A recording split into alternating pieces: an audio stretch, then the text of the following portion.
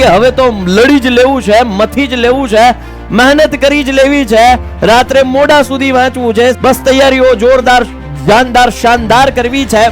પણ ઠંડા પાણીથી મોઢું ધોવું, રૂમમાં બ્રાઇટ લાઇટ રાખો. સાચો રસ્તો એવો છે, કાં તો તમે ખુરશી અથવા ટેબલ પર બેસો, તો ચોક્કસથી તમે આ 10 ટીપ જો ફોલો કરી શકશો તો ચોક્કસથી તમારા રિઝલ્ટમાં ઇમ્પ્રુવમેન્ટ થશે ને થશે જ. નમસ્કાર વિદ્યાર્થી મિત્રો, કેમ છો? મજામાં? આપનો મોટો ભાઈ સાહિલ વેકરી આપ સૌનું આ યુટ્યુબ ચેનલ પર હાર્દિક સ્વાગત કરું છું. વિદ્યાર્થી મિત્રો, હવે જ્યારે પરીક્ષાઓ નજીક આવે ત્યારે આપણને એમ થાય કે હવે તો લડી જ લેવું છે, મથી જ લેવું છે, મહેનત કરી જ લેવી છે, રાત્રે મોડા સુધી વાંચવું છે, સવારે વહેલા ઉઠીને વાંચવું છે, બસ તૈયારીઓ જોરદાર, જાનદાર, શાનદાર કરવી છે. પણ જ્યાં સુધી તમે કોઈ પ્રોપર નિયમ પ્રમાણેના કોઈ જે રૂલ્સ છે એને નહીં ફોલો કરો, એ રૂલ્સ ફોલો કર્યા વગર આ બધું શક્ય નથી. હવે એના રૂલ્સ કેવા હોય, કઈ બાબતોનું ધ્યાન રાખવાનું છે, શું નથી કરવાનું, શું કામ કરવાનું છે, કયું ધ્યાન રાખવાનું છે, ક્યાં વધારે ફોકસ રાખવાનું છે, કયા સ્ટેપ્સ કે જે તમને તમારું જે નક્કી કરેલું કામ છે, જેમ કે ઊંઘ્યા વગર રાત્રે મોડા સુધી વાંચવું, તો એ જે પૂરું થાય એના માટેના આજે 10 સુપર પાવર ટિપ્સ આપવાનો છું. તો આ 10 સુપર ટિપ્સ છે અને સાથે હું ટાઈમ ટેબલ પણ આપીશ કે રાત્રે મોડે સુધી કઈ રીતે વાંચવું અને એમાં તમારે કયા સ્લોટમાં શું કામ કરવાનું છે. છેલ્લે સુધી જોડાયેલા રહેજો વિદ્યાર્થી મિત્રો, ચોક્કસથી તમને આ આયોજન ખૂબ હેલ્પફુલ થશે એ મને ખાતરી છે. વિદ્યાર્થીઓ, હવે પરીક્ષાઓ જ્યારે નજીક આવતી હોય, ખાસ કરીને જ્યારે 10મા વાળાની બોર્ડની એક્ઝામ નજીક આવતી હોય ત્યારે વિદ્યાર્થીઓ ચિંતામાં હોય એ મને ખ્યાલ છે. પણ જો આવી ક્યાંક ને ક્યાંક ટિપ્સ તમે ફોલો કરશો તો ચોક્કસથી હજુ જે કંઈ પણ સમય બચ્યો છે એમાં આપણે તાકાતવાળી મહેનત કરી, આયોજન કરી અને આપણે સારામાં સારું રિઝલ્ટ હાંસિલ કરવા માટે સક્ષમ બની શકીએ એમ છીએ. હજુ એ ચાન્સ છે, રાઈટ? સો યસ, સૌથી પહેલા તો પહેલું જ અગાઉથી થોડી ઊંઘ લો. હું આવું કરતો, મને અમારા એક સાહેબે કીધું હતું કે સાયકોલોજી એવું કહે છે, વિજ્ઞાન એવું કહે છે કે જે 12 વાગ્યા પહેલાની જે ઊંઘ હોય અને મોસ્ટ ઓફ એમાં 10 વાગ્યા પહેલાની જે ઊંઘ હોય, એમાં તમે જે કંઈ પણ ઊંઘ કરો, લેટ સપોઝ તમે 8 થી 9 1 કલાક સૂવો છો, તો તમને 1 કલાકની અંદર શરીરને આરામ મળશે. 12 વાગ્યા પછી તમે 2 કલાકની ઊંઘ કરો ને એટલું પ્રોપર તમારું શરીર આરામ કરી શકે. આ મારા સાહેબે કીધું તો, ને વૈજ્ઞાનિક સાયન્ટિફિકલી પણ પ્રૂવન છે.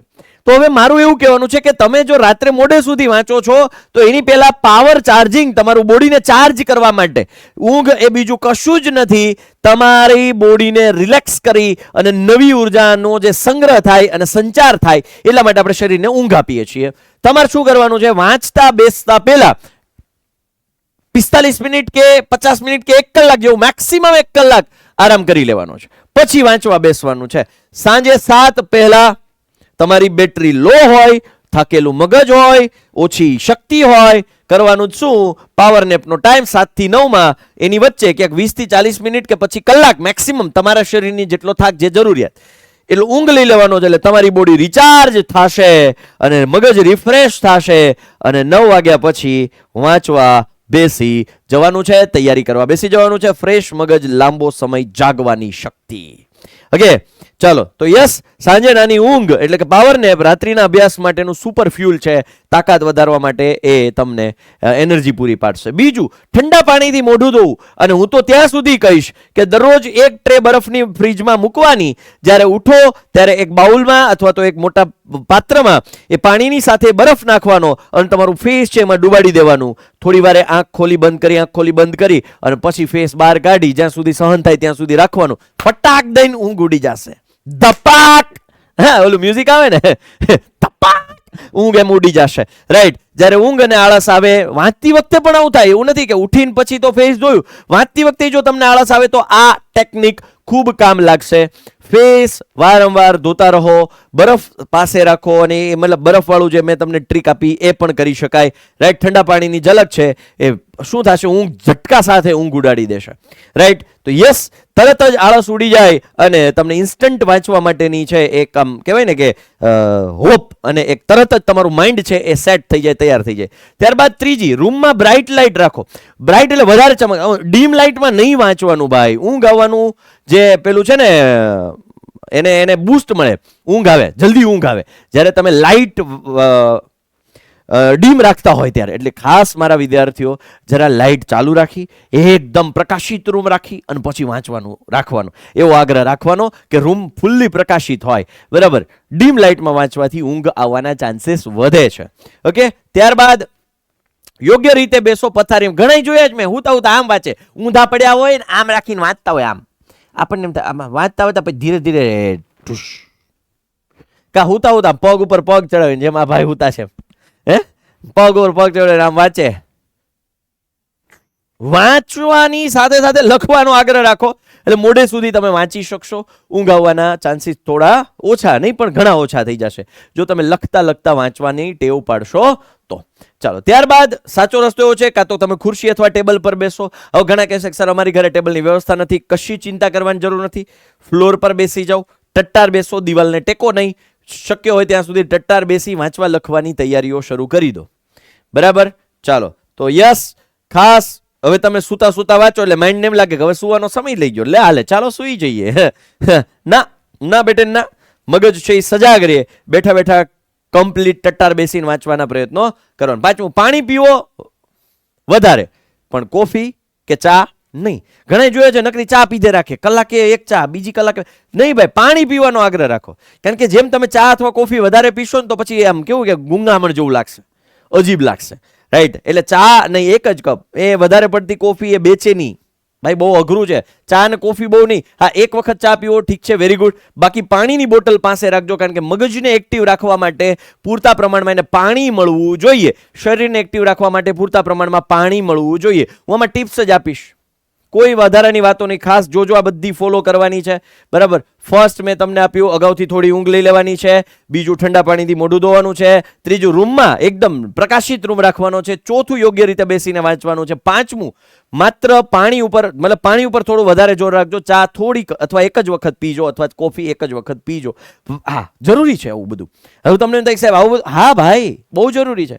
આમાં એક ટીપ નથી લખી, એક ટીપ એ પણ આપીશ એડિશનલ, કે તમારી વાંચવાની જગ્યા છે ને એને ક્લિયર રાખજો આજુબાજુમાં. જ્યાં ત્યાં ચોપડા વેરાયેલા વિખરાયેલા હોય એમ નહીં, આમ વ્યવસ્થિત એકદમ અપ ટુ ડેટ કમ્પ્લીટ, તો પણ વાંચવાનો જુસ્સો વધે, વાંચવાનું મન થાય, વાંચવાની ઈચ્છા થાય.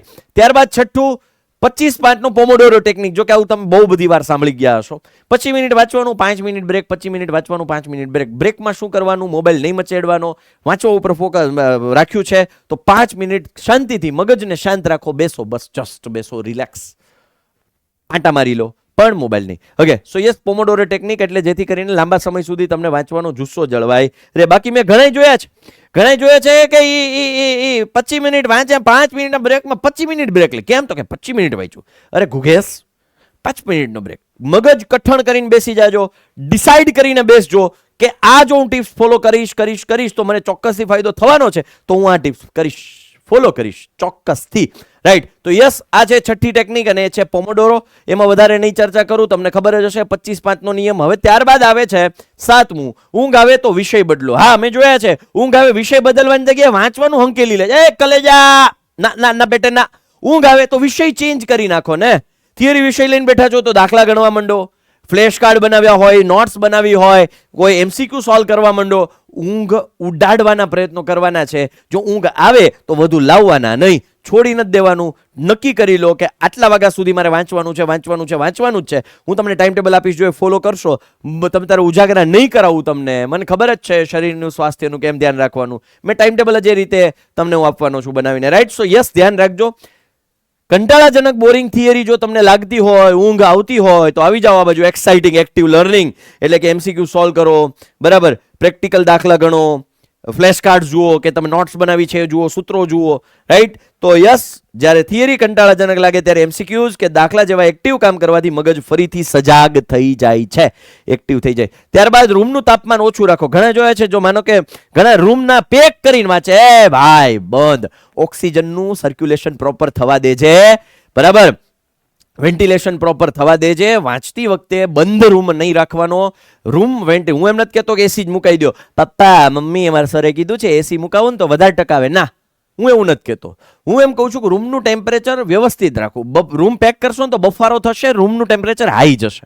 એટલે રૂમને જો મોડરેટ અથવા તો ઠંડો રાખવા માટે, હવે તો શિયાળો ચાલે છે એટલે આમ તો એસીની આમાંય જરૂર નહીં પડે ઠંડો રાખવા માટે, પણ તમે રૂમની વચ્ચોવચ્ચ બેસો કોઈ ટેકા વગર અથવા તો ટેબલમાં કે ચેર પર બેઠા હોય ને રૂમમાં જો યોગ્ય ઠંડુ વાતાવરણ હોય તો ચોક્કસથી મગજ ફ્રેશ રહે.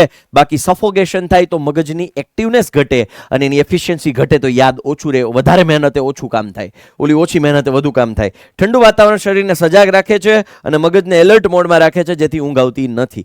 રાઈટ. હવે ઘણા પછી ઠંડા વાતાવરણમાં હું તમને એમ કહું છું કે પાછું બધું ઓઢી લેશો, સ્વેટર હોય, ઉપર બ્લેન્કેટ હોય, કાનપટ્ટી હોય, ટોપો પહેરી લીધો હોય, પગ ઢાંકેલો, તો પાછી ઊંઘ આવવા માંડશે. અને તો તમે ઊંઘનું વાતાવરણ બનાવી દીધું, અનુકૂળ બનાવ્યું હે ને. એટલે એમ બધું પેક કરીને નહીં, કાનને ખાલી રૂ એમાં સેટ કરી દો, રાઈટ, કાનમાં, અને પછી વાંચવા બેસી જાઓ. જેટલું શરીરને કમ્ફર્ટ મળશે એટલું તમે ઊંઘ તરફ જશો, વાંચવા તરફ નહીં.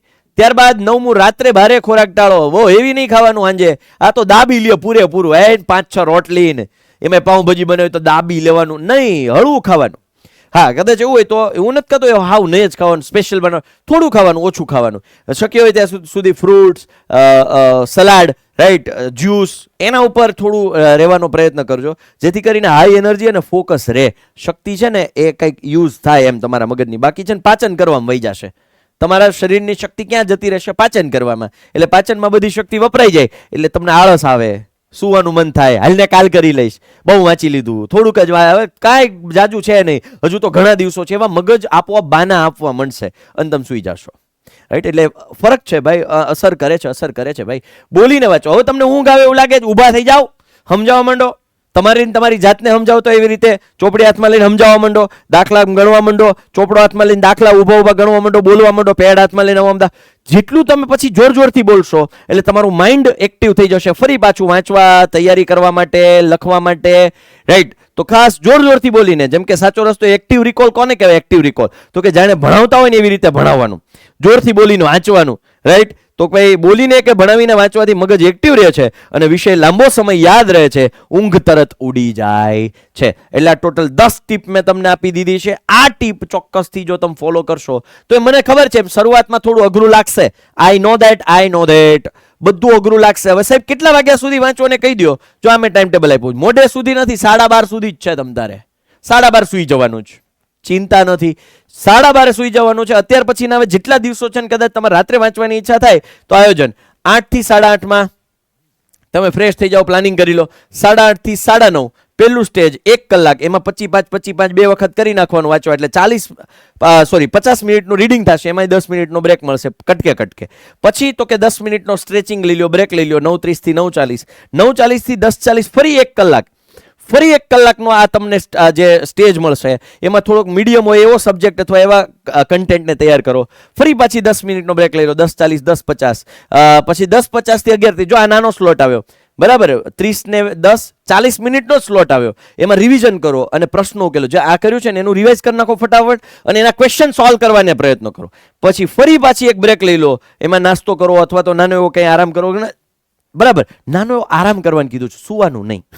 ત્યારબાદ 11:40 થી 12:20 ફરી એક વખત 40 નો ક્વિક રિકેપ અને જે એના નોટ્સ તમે બનાવી છે એને ફરી વાર રિવિઝન કરો. અને બીજું આમાં એક એડ કરી દો, આવતીકાલે હું શું વાંચીશ.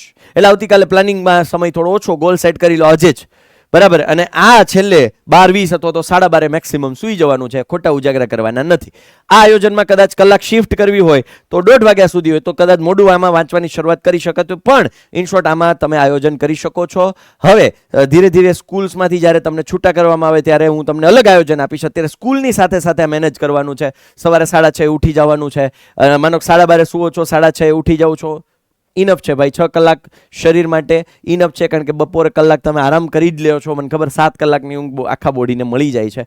સરસ, કોઈ વાંધો નથી. રાઈટ, 7 કલાક બરાબર છે. ઉજાગરા નથી કરવાનું કે તો 2 કલાક 3 કલાક જ સુવાનું નહીં. આટલું જો તમે રેગ્યુલર કન્સિસ્ટન્ટલી કામ કરશો તો ચોક્કસથી તમે આ 10 ટીપ જો ફોલો કરી શકશો તો ચોક્કસથી તમારા રિઝલ્ટમાં ઇમ્પ્રુવમેન્ટ થશે ને થશે જ. આશા છે કે તમને આ ટિપ્સમાં મજા આવી હશે. થોડું ફોલો કરવાના પ્રયત્નો કરજો અને આ વિડીયો એવું લાગે તો ફરી એક વખત જોઈ લેજો જો તમને ક્યાંય અટવાયું હોય તો. બાકી કમેન્ટમાં ખાસ મને જણાવજો કે તમને ઊંઘ આવવામાં તકલીફ કઈ રીતે, તમે ક્યારે વાંચો છો, સવારે વાંચો છો કે રાત્રે વાંચો છો, એ કમેન્ટમાં ખાસ મને જણાવજો. મળીએ છીએ કોઈ નવી ચર્ચા, નવા મુદ્દા, નવા ટોપિક સાથે. ત્યાં સુધી આપનો મોટો ભાઈ સાહિલ વેકરિયા પછીથી રજા લઈ રહ્યો છે. બાય, ટેક કેર, જય હિન્દ, જય ભારત, ભારત માતા કી જય, વંદે માતરમ, જય જય ગરવી ગુજરાત, જય હિન્દ.